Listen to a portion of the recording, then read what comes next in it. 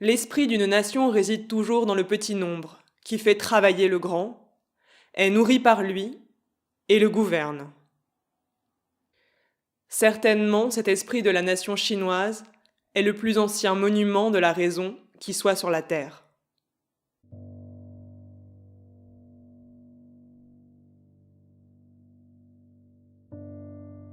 François-Marie Arouet, dit Voltaire, né le 21 novembre 1694 à Paris.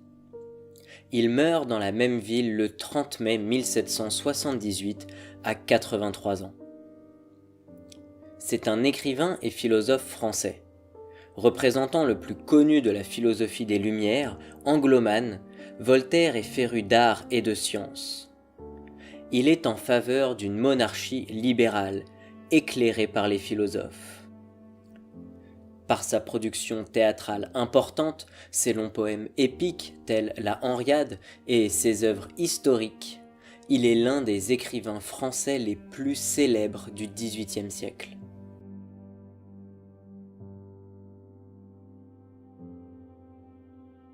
Voltaire n'est qu'une sale merde. C'est facile de jouer les rebelles quand on n'est qu'un bouffon de grande renommée. Je le hais car il fait de la liberté et de la raison des inepties mutilantes. Attaquons radicalement ces conceptions d'une rageante actualité. C'est l'autorité sous un masque hypocrite.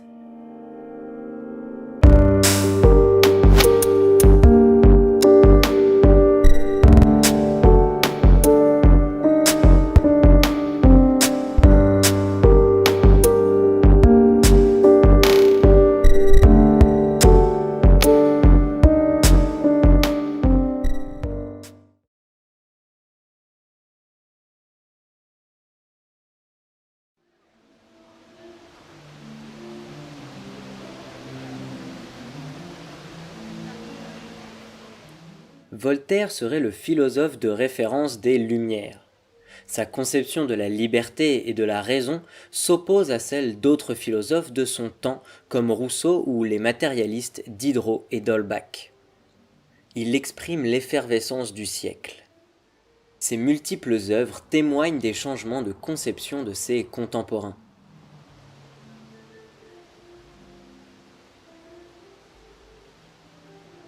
Selon Voltaire, il est impossible de nier l'existence de Dieu. De plus, il serait impossible de le connaître. L'existence d'un éternel géomètre serait une évidence rationnelle.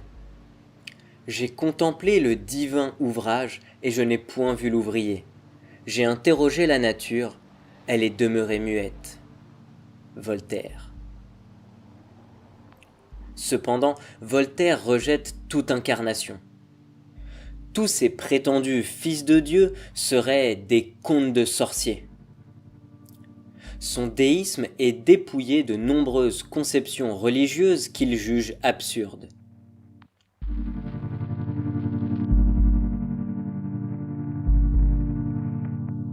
Dans le finalisme des religions, le monde est dirigé vers une destinée finale. Sous la plume de Voltaire, cela devient un fatalisme. Dieu ne serait ni bon ni mauvais, il serait tel qu'il est. Il serait naturel. La terre est couverte de crimes. Cela empêche-t-il qu'il y ait une cause universelle ? Demander pourquoi il y a du mal sur terre, c'est demander pourquoi nous ne vivons pas autant que les chênes. Voltaire.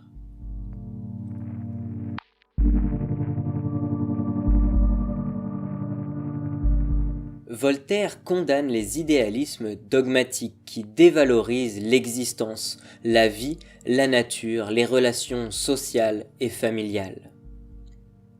Cela au profit d'une quelconque abstraction ou d'un Dieu illusoire. Il préfère un Dieu naturel. Bien que rejetant le dualisme, sa conception de la nature est irréductiblement mystique, inconnaissable. C'est sur cette dernière que repose sa conception de la liberté.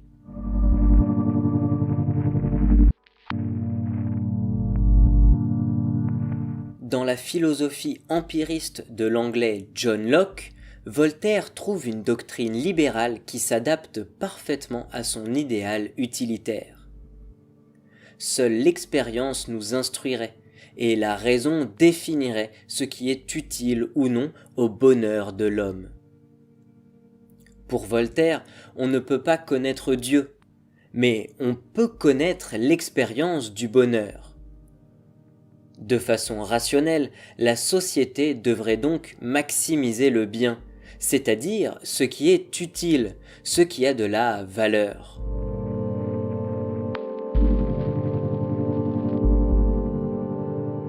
Voltaire tire de cette doctrine la ligne directrice de sa morale. La tâche de l'homme serait de prendre en main sa destinée, d'améliorer sa condition, d'assurer et d'embellir sa vie par la science, l'industrie et les arts. Tout cela reposerait alors sur une bonne police des sociétés.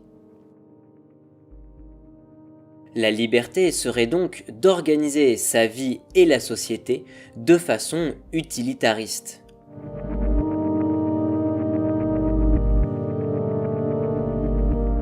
Selon Voltaire, les hommes de différents bords culturels pourraient s'allier en vue d'une société équilibrée et équitable. Ce n'est pas parce qu'ils formeraient un groupe homogène que les hommes s'allieraient, mais parce qu'ils seraient liés entre eux par le civisme. Sa morale civique ou son éthique citoyenne universelle respecte ainsi sa conception utilitariste de la liberté.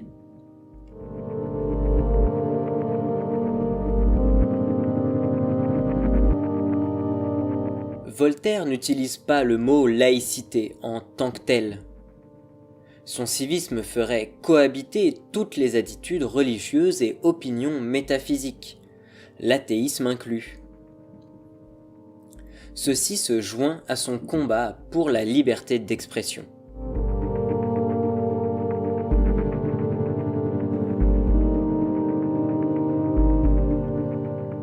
Pour Voltaire, la croyance en un Dieu serait utile sur le plan moral et social. Sa philosophie déiste conçoit les sociétés sur un modèle hiérarchique. Œuvrant pour une monarchie libérale, Voltaire écrit le célèbre alexandrin « Si Dieu n'existait pas, il faudrait l'inventer ».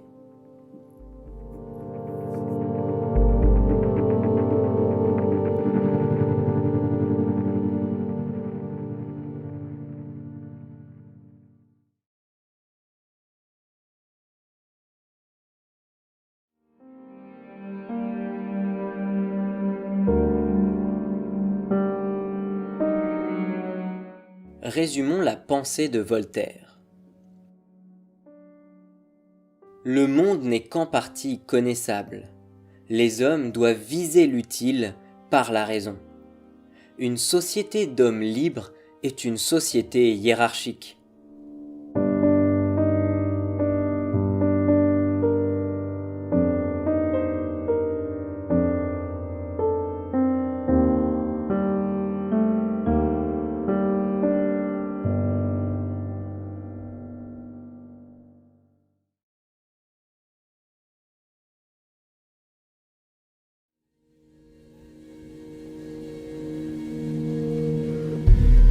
Voltaire vécut en Angleterre de 1726 à 1728 et admirait cette terre de philosophes.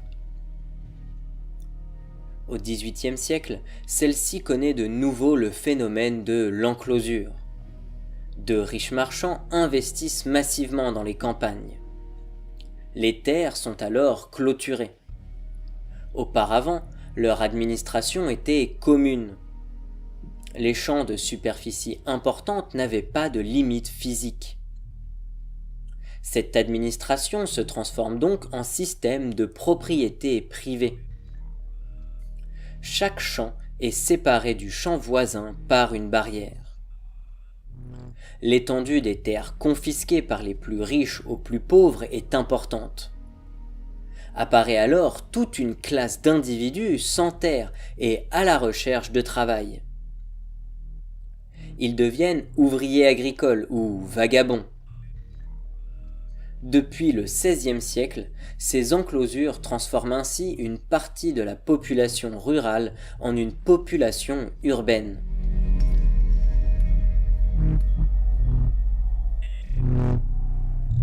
Les philosophes et les écrivains des Lumières marqueront leur siècle.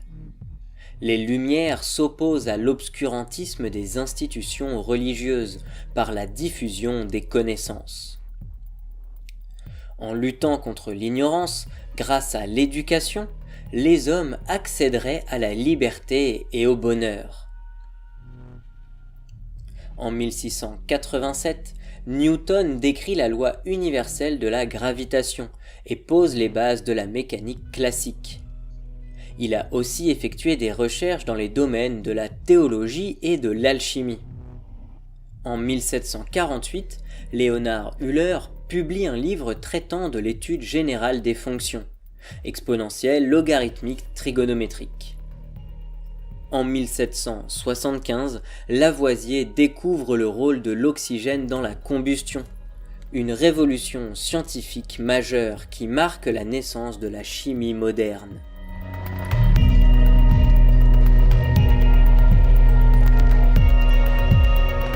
Ce siècle est l'apogée du commerce triangulaire.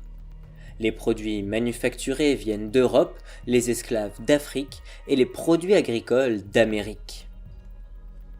6 à 7 millions d'esclaves noirs au minimum sont ainsi déportés par les Européens vers l'Amérique. On estime que, pour un ou une esclave qui arrive en Amérique, 5 autres ont été tués en Afrique au cours des razzias ou sont morts ou mortes en mer. À cela s'ajoute la traite en direction des pays musulmans de la Méditerranée et des pays d'Orient et d'Extrême-Orient. Les négriers achètent leurs esclaves à des chefs et souverains locaux.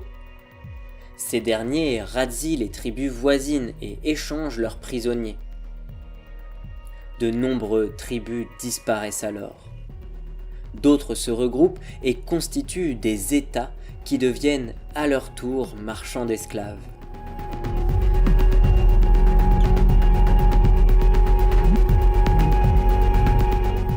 De nombreux auteurs et autrices, et notamment Voltaire, sont inspirés par l'empirisme de l'anglais John Locke. L'expérience serait à l'origine de la connaissance. Son empirisme sensualiste, privilégiant les sens, s'oppose au matérialisme de Hobbes. Il rejette aussi la notion d'idée innée soutenue par Descartes. Locke vit à une époque charnière, la fin des guerres de religion, les débuts du rationalisme et une époque de forte opposition à l'absolutisme en Angleterre. Pour lui, le politique s'occupe du monde présent et la religion du monde de l'au-delà. Les deux seraient séparés. Il participe aussi au développement naissant des théories du contrat social, de la loi et du droit naturel, et de l'état de nature. Il s'intéresse aux prémices du libéralisme. De plus, Locke est un pilier du développement de la traite négrière. Il est un des principaux investisseurs de la Royal African Company.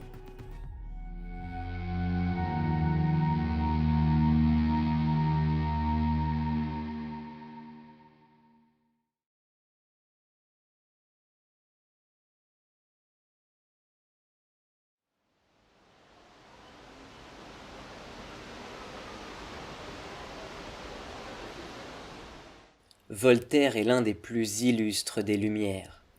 À tort. Il n'est illustre que parmi les hypocrites qui se sont réclamés et se réclament aujourd'hui de sa pensée. Les principes d'égalité, de raison et de liberté sont pour beaucoup des moyens de masquer les cadavres en insultant leur mémoire. Pour porter encore cet horizon des Lumières, critiquons-le radicalement. Éclatons l'hypocrisie de tous les autoritaires.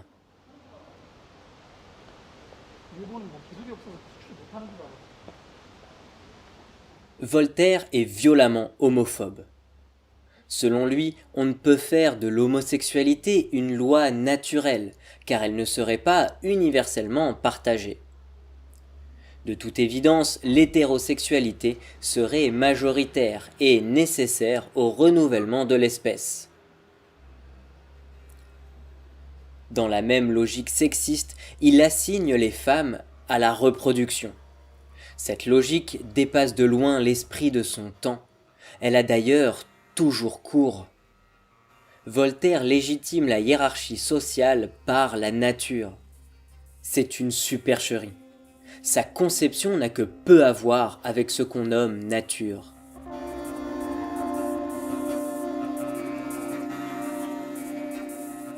Voltaire est végétarien, mais ne s'attaque pas à la hiérarchie des espèces. Il s'oppose à Descartes et son concept d'animal-machine. Les animaux auraient une âme. En cela, Voltaire s'inspire des ouvrages hindouistes traduits et étudiés à l'époque.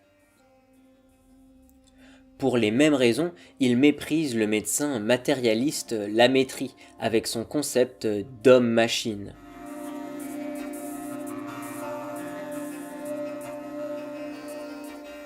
Même si Voltaire réprouve en principe l'esclavage, il possède un gros portefeuille d'actions de la Compagnie des Indes, compagnie qui pratique la traite négrière. Ces conceptions autoritaires légitiment alors l'esclavage. Nous n'achetons des esclaves domestiques que chez les nègres. On nous reproche ce commerce. Un peuple qui trafique de ses enfants est encore plus condamnable que l'acheteur. Ce négoce démontre notre supériorité. Celui qui se donne un maître était né pour en avoir. Voltaire. Dieu ne définirait plus les dominants et dominantes ou les dominés selon ses fins. La hiérarchie deviendrait normale et inévitable en soi. Ce registre fataliste légitime les conceptions racistes, sexistes, autoritaires, comme encore largement de nos jours. Mais ce qui est ne légitime pas ce qui doit être. La hiérarchie existe, mais pourquoi devrait-elle continuer d'exister ? Seule une pensée autoritaire y voit une évidence.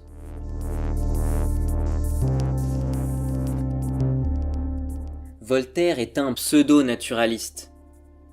En effet, l'affirmation de son naturalisme n'a aucune conséquence sur sa philosophie. Il ne peut envisager que l'univers s'organise sans intentionnalité, qu'il s'auto-organise. L'univers m'embarrasse, et je ne puis songer que cette horloge existe et n'est point d'horloger. Voltaire. Cette métaphore de la montre au rouage si bien agencé en appelle à notre ignorance. L'univers serait déterminé, mais il ne serait qu'en partie connaissable. Il serait donc en bonne partie mystérieux. Certes, sa conception du monde, son ontologie, est moniste, le monde serait un. Mais sa conception du connaissable, son épistémologie, est dualiste. Le monde se diviserait ainsi entre connaissable et inconnaissable. La perfection du cristal peut bien émerger du hasard de l'interaction de ces molécules, mais l'humain, ce serait autre chose. Dans Candide, Voltaire se moque de ceux qui pensent que tout est au mieux, que les nez seraient faits pour porter des lunettes et les cailloux pour être taillés par l'homme. Néanmoins, lorsqu'il parle de hiérarchie, il raisonne lui-même à rebours. Il justifie la situation après coup, par un état de fait. Quand, par inadvertance, on touche une cible, c'est fatalement qu'on l'aurait visée. Il fallait que nous existions, ce ne serait pas un hasard. La hiérarchie existerait parce qu'il fallait qu'elle existe. Cette complaisance est répugnante. Il ne faudrait donc pas fatalement que le caillou soit taillé. En revanche, il faudrait que la femme fasse des enfants et que l'esclave ait un maître. Ce monde serait trop bien foutu pour que Dieu n'existe pas. L'hypocrisie est mordante. La conception mystique de Voltaire légitime le statu quo. Dans cette logique, il est favorable aux progrès techniques, mais pas aux progrès sociaux.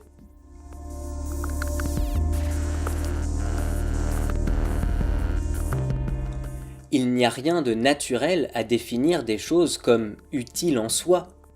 Utile pour qui? Utile pourquoi? Voltaire soumet la diversité des activités et des comportements à sa conception utilitariste. Sa conception fataliste et mystifiée de la nature cache une injonction productiviste. Il ne s'agirait plus de se soumettre à une autorité divine, mais à celle de la production. Est-ce utile ou non? Le travail et la hiérarchie seraient alors éminemment utiles et donc rationnels. D'autant plus pour ceux qui ont une moindre aversion pour l'atteinte à autrui, caractéristique des utilitaristes. A l'inverse, dans cette perspective libérale, l'empathie, l'altruisme, tout comme l'aide désintéressée, ne seraient pas très rationnels. Pour Voltaire, la liberté se conçoit ainsi depuis la perspective du maître. L'économie devient la science de l'utilité.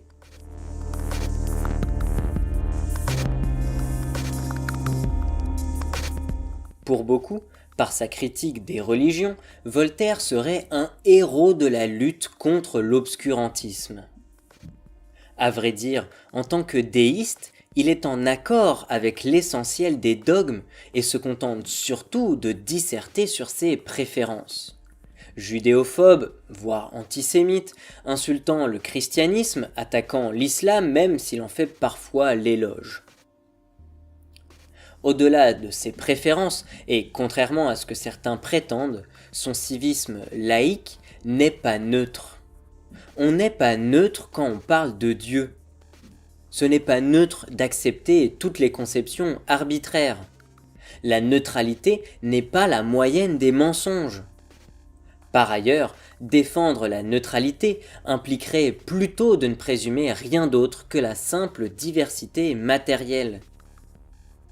Le civisme de Voltaire légitime l'État et sa hiérarchie, indépendamment des particularités religieuses. Mais il n'y a pas de neutralité dans un monde hiérarchique. Voltaire n'est pas le héros de tolérance que certains décrivent. Est-ce tolérant que d'accepter la violence accablante de la hiérarchie? Certainement pas. Sa philosophie accompagne donc surtout une sécularisation de l'autorité. L'autorité de l'Église laisse place à celle de l'État moderne.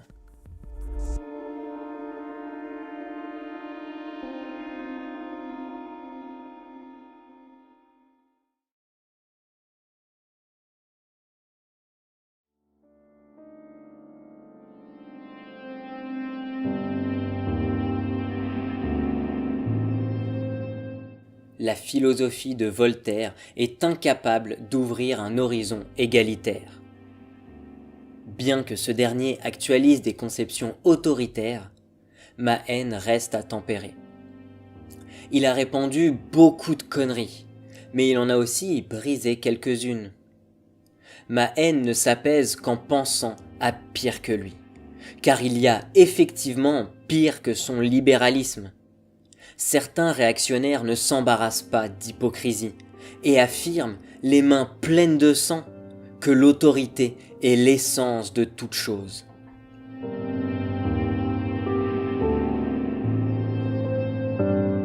S'aménageant une ignorance confortable, un bonheur naïf, les libéraux entendent fixer des limites éternelles à notre raison. En cela, ils se soumettent à des conceptions autoritaires et mystiques du monde. Avec Bakounine, j'affirme que, si Dieu existait, Il faudrait s'en débarrasser. La hiérarchie abrutit, l'autorité rend stupide.